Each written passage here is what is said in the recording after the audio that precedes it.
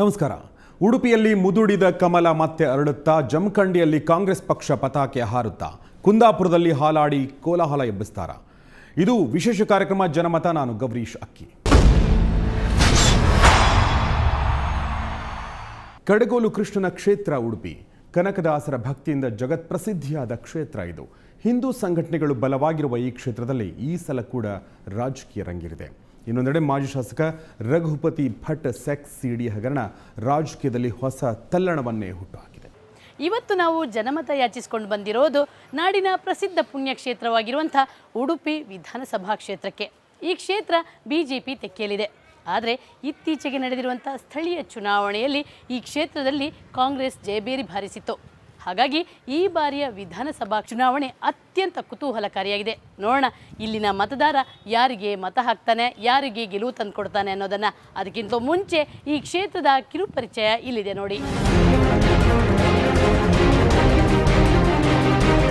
ಪೊಡವಿಗೊಡೆಯ ಕಡಗೋಲು ಕೃಷ್ಣನಿಂದ ಜಗತ್ ಪ್ರಸಿದ್ಧವಾಗಿರುವ ಕ್ಷೇತ್ರ ಉಡುಪಿ.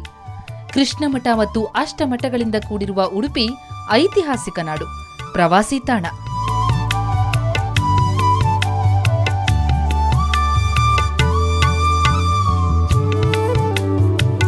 ಜೊತೆಗೆ ರಾಜ್ಯದ ಪ್ರಮುಖ ರಾಜಕೀಯ ಕೇಂದ್ರವೂ ಹೌದು. ಆರ್ಎಸ್ಎಸ್ನೊಂದಿಗೆ ಗುರುತಿಸಿಕೊಂಡಿರುವ ಪೇಜಾವರ ಶ್ರೀಗಳ ಮುಷ್ಟಿಯಲ್ಲಿ ಈ ಕ್ಷೇತ್ರವಿದೆ. ದಿವಂಗತ ಸಚಿವ ಡಾಕ್ಟರ್ ವಿಎಸ್ ಆಚಾರ್ಯ ಇದೇ ಕ್ಷೇತ್ರದವರು. ಪೇಜಾವರ ಸ್ವಾಮಿಗಳ ಕರ್ಮಭೂಮಿ, ಸಂಘ ಪರಿವಾರ ತನ್ನೆಲ್ಲಾ ಪ್ರಯೋಗಗಳಿಗೂ ಆಯ್ದುಕೊಳ್ಳುವ ಭರವಸೆಯ ತಾಣವಿದು. ಹಾಗಾಗಿ ಕಾಂಗ್ರೆಸ್ ಭದ್ರಕೋಟೆಯಾಗಿದ್ದ ಕ್ಷೇತ್ರ ಕಳೆದೊಂದು ದಶಕದಿಂದ ಬಿಜೆಪಿಯ ಮುಷ್ಟಿಯಲ್ಲಿದೆ. ಆಸ್ಕರ್ ಫರ್ನಾಂಡಿಸ್ ಎಂಬ ಕಾಂಗ್ರೆಸ್ನ ಮೇಲ್ಪಂಕ್ತಿಯ ನಾಯಕನಿಗೆ ಜನ್ಮ ನೀಡಿದ್ದು ಇದೇ ಉಡುಪಿ. ವಿದ್ಯುತ್ತೇ ಇಲ್ಲ ಟೋಟಲಿ ಕರ್ನಾಟಕದಲ್ಲಿ, ಅದೊಂದು ಸರಿಯಾಗಬೇಕು. ಈಗ ಓಕೆ, ನೀರಿನ ಸಮಸ್ಯೆ ಎಲ್ಲ ಸರಿ ಇದೆಯಾ ಸರ್? ನೀರು ಕೂಡ ವಿದ್ಯುತ್ ಇಲ್ಲದಾಗ ನೀರೂ ಇಲ್ಲ. ಓಕೆ, ಸೊ ನಿಮ್ಮ ಆಯ್ಕೆ ಏನು ಈ ಸಲ ಏನು ಮಾಡಬೇಕು ಅಂತಿದ್ದೀರಿ ಸರ್? ಹೌದು, ಚುನಾವಣೆಯಲ್ಲಿ ಈಗ ಆಯ್ಕೆ ಮಾಡಲಿಕ್ಕೆ ಆಗುವುದಿಲ್ಲ, ವ್ಯಕ್ತಿ ನೋಡಿ ಮತ ನೀಡ್ತೀವಿ ನಾವು. ನಮ್ಮದು ಕೂಡ ಭಾರತೀಯ ರಾಷ್ಟ್ರೀಯ ಕಾಂಗ್ರೆಸ್ ಬರಬೇಕು. ಅದಲ್ಲದೆ ಉತ್ತಮವಾಗಿ ನಮ್ಮ ಯುವಕನಾಗಿರುವಂಥ ಪ್ರಮೋದ್ ಮಧ್ವರಾಜೇ ಬರಬೇಕು. ಜಾತಿ ಬಲಾಬಲ: ಬಿಲ್ಲವರು 40,000, ಮೊಗವೀರರು 35,000, ಬಂಟರು 18,000, ಮುಸ್ಲಿಮರು 18,000, ಬ್ರಾಹ್ಮಣರು 15,000, ಕ್ರೈಸ್ತರು 15,000, ಇತರೆ 20,000. ಕ್ಷೇತ್ರದಲ್ಲಿ ಒಟ್ಟು 1,70,000ಕ್ಕೂ ಅಧಿಕ ಮತದಾರರಿದ್ದಾರೆ. ಬಿಲ್ಲವರು, ಮೊಗವೀರರು ನಿರ್ಣಾಯಕರು. ಕೇಂದ್ರ ಸಚಿವರಾಗಿ ಅದ್ಭುತ ಕಾರ್ಯನಿರ್ವಹಿಸಿದ ಖ್ಯಾತ ಬ್ಯಾಂಕರ್ ಟಿಎ ಪೈ ಕೂಡ ಇಲ್ಲೇ ರಾಜಕೀಯದ ಪ್ರಾಥಮಿಕ ಅಭ್ಯಾಸ ಮಾಡಿದವರು. ಮಹಿಳಾ ಸಚಿವೆಯಾಗಿ ಸಂಸದೆಯಾಗಿ ಜನಪ್ರಿಯರಾಗಿದ್ದ ಮನೋರಮಾ ಮಧ್ವರಾಜ್ ಎಂಬ ಮೊಗವೀರ ಮಹಿಳೆಯನ್ನ ರೂಪಿಸಿದ್ದೇ ಈ ಉಡುಪಿ. ರಾಷ್ಟ್ರದ ಬೇರೆಲ್ಲೂ ಅಧಿಕಾರ ಅಂದ್ರೆ ಏನು ಅಂತ ತಿಳಿಯದ ಕಾಲದಲ್ಲೂ ಜನಸಂಘಕ್ಕೆ ನಗರಾಡಳಿತ ನಡೆಸಲು ಅವಕಾಶ ಕೊಟ್ಟ ಉಡುಪಿ ಯಾವತ್ತೂ ಬಿಜೆಪಿಗೆ ಹೆಮ್ಮೆಯ ತಾಣವಾಗಿತ್ತು. ಈ ಬಾರಿ ನಮ್ಮ ಆಯ್ಕೆ ಆದರೆ ನಮ್ಮ ಭಾರತೀಯ ರಾಷ್ಟ್ರೀಯ ಪಕ್ಷವಾದ ಕಾಂಗ್ರೆಸ್ ಪಕ್ಷವನ್ನೇ ನಾವು ಆಯ್ಕೆ ಮಾಡೋದು. ಯಾಕಂದರೆ ಅದು 60 ವರ್ಷದಲ್ಲಿ ಸಾಧಿಸಿದ್ದನ್ನು ಇವರೊಂದು 5-10 ವರ್ಷದಲ್ಲಿ ಸಾಧಿಸಿದ್ದೇನು ಗೊತ್ತುಂಟ? ಮಂತ್ರಿಗಳೆಲ್ಲ ಇದಕ್ಕೆ ಜೈಲಿಗೆ ಹೋಗಿದ್ದು.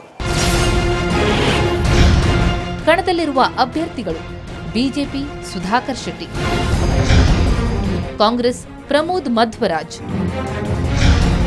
JDS Satish Pujari, BSR Nasir Hussain. ಕ್ಷೇತ್ರದ ಮಾಜಿ ಶಾಸಕ ರಘುಪತಿ ಭಟ್ ಸೆಕ್ಸ್ ಸಿಡಿ ಹಗರಣದಲ್ಲಿ ಸಿಲುಕಿಬಿದ್ದು ಕೊನೆ ಗಳಿಗೆಯಲ್ಲಿ ಚುನಾವಣೆಯಿಂದ ಹಿಂದಕ್ಕೆ ಸರಿದದ್ದು ರಾಜಕೀಯ ತಲ್ಲಣ ಹುಟ್ಟುಹಾಕಿದೆ. ಉಡುಪಿ ಕ್ಷೇತ್ರದಲ್ಲಿ 2 ಬಾರಿ ಶಾಸಕರಾದ ಅನುಭವ ರಘುಪತಿ ಭಟ್ ಅವರಿಗಿತ್ತು. ಜೊತೆಗೆ 100 ಕೋಟಿ ಸುರಿದು ಕ್ಷೇತ್ರದ ಅಭಿವೃದ್ಧಿಯನ್ನು ಮಾಡಿದ್ರು. ಆದರೆ ಭಟ್ ಕಣದಿಂದ ಹಿಂದಕ್ಕೆ ಸರಿದಿದ್ದು ಅವರ ಬೆಂಬಲಿತ ಸುಧಾಕರ್ ಶೆಟ್ಟಿ ಬಿಜೆಪಿಯಿಂದ ಕಣಕ್ಕಿಳಿದಿದ್ದಾರೆ. ಕಾಂಗ್ರೆಸ್ನಿಂದ ಮನೋರಮಾ ಮಧ್ವರಾಜ್ ಪುತ್ರ ಪ್ರಮೋದ್ ಮಧ್ವರಾಜ್ ಕಣದಲ್ಲಿದ್ದಾರೆ. ಉಡುಪಿ ಕ್ಷೇತ್ರಕ್ಕೆ ಇನ್ನೂ ಅಭಿವೃದ್ಧಿ ಆಗಬೇಕು, ಒಳ್ಳೆ ಕ್ಯಾಂಡಿಡೇಟ್ ಬೇಕು. ಈಗಿರುವವರು ಅಡ್ಡಿ ಇಲ್ಲ, ಒಳ್ಳೆ ಕೆಲಸ ಮಾಡಿದ್ದಾರೆ, ನಮ್ಮ ಅಭಿಮತ ಇದೆ. ಅಂದರೆ ಒಳ್ಳೆ ಕೆಲಸ ಮಾಡುವ ಅಭ್ಯರ್ಥಿ ಮತ್ತೆ ಬರಬೇಕು. ನಮಗೆ ಪ್ರಮೋದ್ ಮಧ್ವರಾಜ್ ಬರಬೇಕಂತ. ಯಾಕಾಗಿ? ಅವರು ಒಳ್ಳೆ ದಾನ ಮಾಡ್ತಾರೆ, ಬಡವರಿಗೆಲ್ಲ ಎಲ್ಲರಿಗೂ ಒಳ್ಳೆ ರೀತಿಯಲ್ಲಿ ಸವಲತ್ತು ಕೊಡ್ತಾರೆ. ಇವರೇ ದುಡ್ಡು ಮಾಡ್ಕೊಳ್ಳೋದು. ಯಾರು ಭಟ್ರು ಏನು ಉಡುಪಿ ಕ್ಷೇತ್ರ ಕೆಲಸ ಮಾಡಿದ್ದಾರೆ, ಬೇಡವಾದ ಕೆಲಸ ಹಗರಣ ಕೆಲ ಉಂಟು ಅವರ ಪ್ರಕಾರ. ಬದಲಾದ ರಾಜಕೀಯ ಸನ್ನಿವೇಶದಲ್ಲಿ ಜನಮತ ಯಾರೆಡೆಗಿದೆ ಅನ್ನೋದರ ಪೂರ್ಣ ಮಾಹಿತಿ ಇಲ್ಲಿದೆ. ಕ್ಷೇತ್ರ ಉಡುಪಿ ನಗರ. ಯಾವ ಪಕ್ಷ ಗೆಲ್ಲಬೇಕು? ಕಾಂಗ್ರೆಸ್ (52.78%), ಬಿಜೆಪಿ (32.34%), ಇತರರು (10.20%),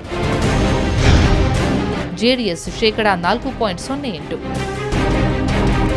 ರಘುಪತಿ ಭಟ್ ಕ್ಷೇತ್ರದ ಅಭಿವೃದ್ಧಿ ಮಾಡಿದ್ರೂ ಅನೇಕ ವಿವಾದಗಳಿಗೆ ಸಿಲುಕಿದ್ರು. ಜೊತೆಗೆ ರಾಜ್ಯದಲ್ಲಿನ ಬಿಜೆಪಿ ಭ್ರಷ್ಟಾಚಾರದಿಂದ ಇಲ್ಲಿನ ಜನ ಬೇಸತ್ತಿದ್ದಾರೆ. ಬಿಜೆಪಿ ಭದ್ರಕೋಟೆಯಲ್ಲಿ ಈ ಸಲ ಕಾಂಗ್ರೆಸ್ ಪತಾಕೆ ಹಾರುವ ಲಕ್ಷಣವೂ ಇದೆ. ರೇವ್ ಪಾರ್ಟಿ ವಿವಾದ ಮತ್ತು ಕಳೆದ ಲೋಕಸಭಾ ಉಪಚುನಾವಣೆಯಲ್ಲಿ ಕ್ಷೇತ್ರದಲ್ಲಿ ಬಿಜೆಪಿಗೆ ಅತಿ ಕಡಿಮೆ ಮತ ಬಿದ್ದಿರೋದು, ನಗರಸಭೆಯಲ್ಲಿ ಸೋಲು ಇವನ್ನೆಲ್ಲ ಅವಲೋಕಿಸಿದರೆ ಕಾಂಗ್ರೆಸ್ ಪರ ಜನ ನಿಂತಿರೋದು ಸ್ಪಷ್ಟವಾಗುತ್ತೆ. ಉಡುಪಿ ವಿಧಾನಸಭಾ ಕ್ಷೇತ್ರದ ಶಾಸಕರು ಒಳ್ಳೆ ಕೆಲಸ ಮಾಡಿದ್ದಾರೆ ಅನ್ನುವಂಥ ಜನಾಭಿಪ್ರಾಯ ಇದೆ. ಆದರೆ ರೇವ್ ಪಾರ್ಟಿ ಪ್ರಕರಣ, ಪದ್ಮಪ್ರಿಯ ಪ್ರಕರಣ ಹಾಗೂ ಇತ್ತೀಚೆಗೆ ಬಿಡುಗಡೆಯಾದ ರಾಸಲೀಲೆ ಸಿಡಿ ಪ್ರಕರಣ ಇವುಗಳನ್ನು ಮಾಸಿ ಹೋಗುವಂತೆ ಮಾಡುವಂಥ ಲಕ್ಷಣಗಳು ಕಂಡುಬರ್ತಾ ಇದೆ. ಹಾಗಾಗಿ ಈ ಕ್ಷೇತ್ರದಲ್ಲಿ ಉಡುಪಿಯ ಶಾಸಕರಾಗಿರುವಂಥ ರಘುಪತಿ ಭಟ್ ಮತ್ತು ಕಾಂಗ್ರೆಸ್ ಅಭ್ಯರ್ಥಿ ಮಧ್ಯೆ ಪೈಪೋಟಿ ನಡೆಯುವಂಥ ಎಲ್ಲ ಸಾಧ್ಯತೆಗಳು ಕಂಡುಬರ್ತಾ ಇದೆ. ಇನ್ನೊಂದು ಕ್ಷೇತ್ರದ ಜನಮತ ನೋಡುವ ಮುಂಚೆ ಚಿಕ್ಕದೊಂದು ವಿರಾಮ.